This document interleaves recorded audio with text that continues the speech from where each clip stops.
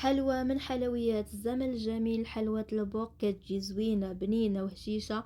والمقادير ديالها بساط بزاف. في قصعة كنديرو 100 غرام ديال الزبدة، كاس الربع ديال السكر، قبيصة د الملح، وكنحكو قشور حامضة، وكنخلطو هاد المكونات مزيان مزيان مع بعضياتهم حتى كيوليو لينا على شكل بوماد. كنضيفو عليهم كاس ديال الزيت، وكنعاودو نخلطو مزيان حتى كنحصلو على خليط كيما هكا. كنضيفو عليه بيضة تكون بحارة المطبخ، وكنعاودو نخلطو مزيان. كنضيفو نص كاس ديال النشا، وكنعاودو نخلطو مزيان. من بعد غادي نبدا نضيف الدقيق، غادي نضيف 3 د الكيسان ديال الدقيق يكونوا عامرين ومغربلين. 8 غرام ديال خميره الحلويات، وغادي نجمع العجينه ديالي كما شفتوا هنا. من بعد ما جمعت العجينه مازال خصها الدقيق، غادي نزيد الكاس الرابع اي في المجموع حتى جيت 4 د الكيسان ديال الدقيق يكونوا عامرين ومغربلين. القوام د العجينه كيكون لهذا الشكل هذا، راه كتكون رطبه ولينه.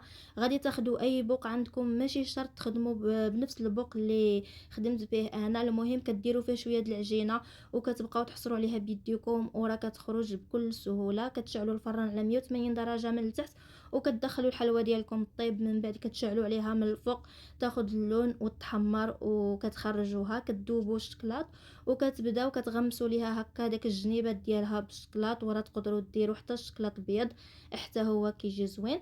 وكتقدموها على هذا الشكل هذا، راه كتجي زوينه بزاف. كنتمنى تجربوها وبالصحه والراحه.